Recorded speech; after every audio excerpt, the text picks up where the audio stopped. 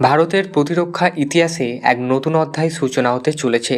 দীর্ঘ প্রতীক্ষার পর রাশিয়া তাদের সর্বাধুনিক পঞ্চম প্রজন্মের সেলফ ফাইটার জেট Su-57E নিয়ে ভারতের দরজায় কড়া নাড়ছে। তবে এবারে অফারটি শুধু বিমান বিক্রির মধ্যে সীমাবদ্ধ নেই। ক্রেমলিন ভারতকে এমন কিছু দেওয়ার প্রতিশ্রুতি দিয়েছে যা আমেরিকা বা ফ্রান্সের মতন দেশগুলি সচরাচর দিতে চায় না। সম্পূর্ণ টেকনোলজি ট্রান্সফার এবং সোর্স কোড অ্যাক্সেস। এই অফারটি এমন এক সময়ে এসেছে এখন ভারত তার আকাশ সীমানা সুরক্ষায় এক যুগান্তকারী পরিবর্তনের মধ্যে দিয়ে যাচ্ছে।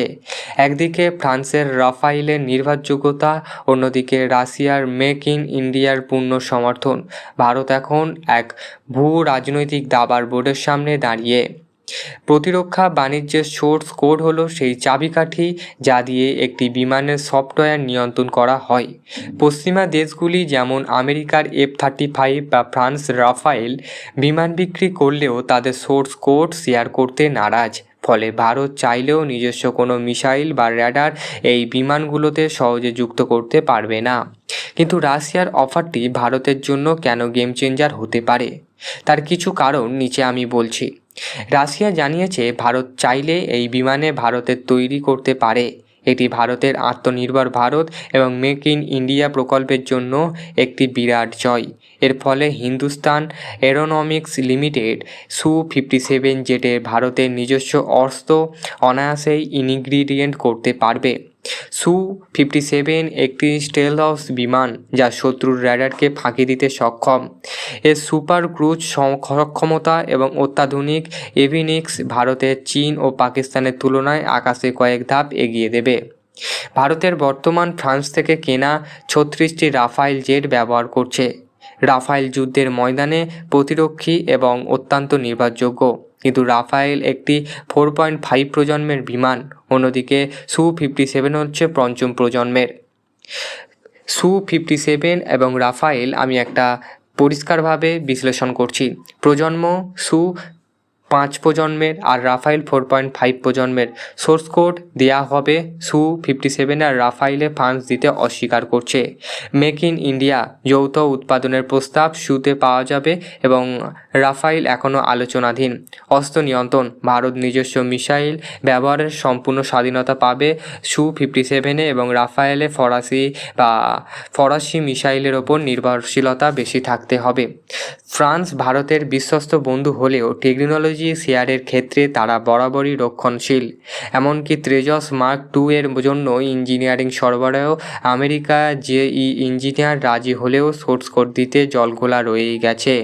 এই পরিস্থিতিতে রাশিয়ার খোলা অফার ভারতকে নতুন করে ভাবতে বাধ্য করছে। উচ্চস্বাদের পাশাপাশি কিছু বাস্তবমুখী চিন্তাও দানা বাঁধছে। প্রথমত, ইউক্রেনের যুদ্ধের কারণে রাশিয়া নিজস্ব উৎপাদন ক্ষমতার চাপের মুখে।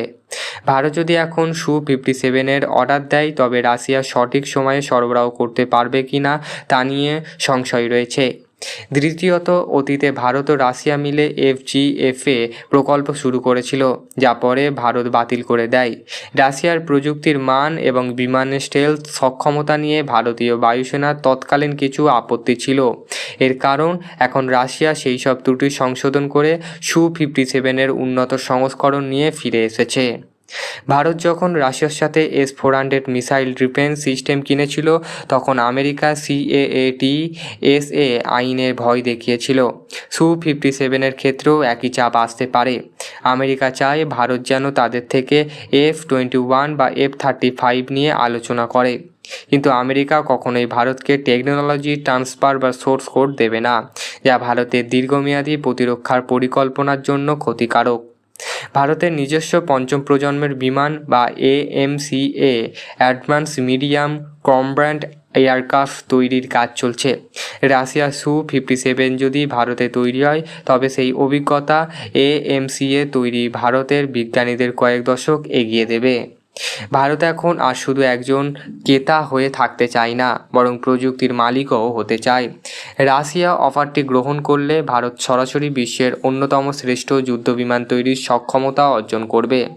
এটি কেবল আকাশ সীমানায় সুরক্ষিত নয়, রক্ষা করবে না, বরং ভারতের প্রতিরক্ষার রপ্তানিকেও শক্তিশালী করবে।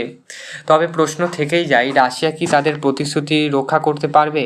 নাকি পশ্চিমা নিষেধাজ্ঞার চাপে এই প্রকল্প পিছিয়ে যাবে?